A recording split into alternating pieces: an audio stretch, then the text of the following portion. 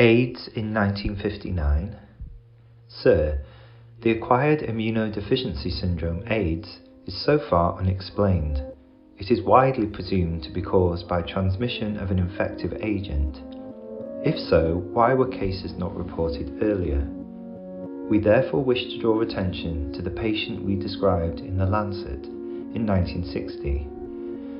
His clinical history was of gingivitis, non-irritant lesions on the skin, breathlessness, nocturnal sweats, anorexia, weight loss, tiredness and fever.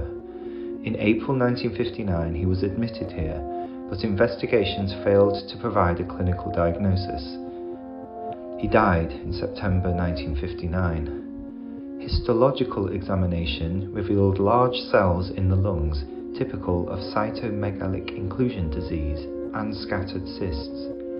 We could not explain this patient's decreased resistance to infection. Could he have had AIDS? He had previously been well. While in the Navy, 1955 to 57, he had travelled abroad. He was not married and we know nothing of his sexual orientation. Perhaps AIDS is not a new disease. Rare examples may in the past have masqueraded under various diagnoses. George Williams, T.B. Stretton, J.C. Leonard, Manchester Royal Infirmary. African AIDS activists joined ACT UP Paris in a protest against the drug company Abbott at the International Conference on HIV and AIDS. In the first action, a dozen activists took over an Abbott symposium and unfurled a banner reading "AIDS equals death under copyright" and asked people to join a campaign to boycott drug company Abbott.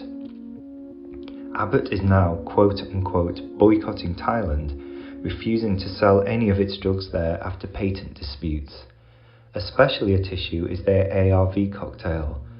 Thai people living with HIV don't have this drug, and it is the only drug available in this category that can be used in hot countries where most patients don't have their own refrigerators. People at the conference supported the demonstrators. Most of the audience marched out in protest. PrEP promotes an attitude of play now, pay later. Derek Byrne, The Irish Times. Lauded by the gay press as being responsible for significant decreases in the spread of HIV among gay populations in major cities around the world, I would argue that pre-exposure prophylaxis is a solution which removes personal responsibility in relation to the transmission of HIV and increases the practice of unprotected sexual behaviour. In the ACT UP Oral History Project, Jim Hubbard and I interviewed 187 surviving members of ACT UP New York over 17 years.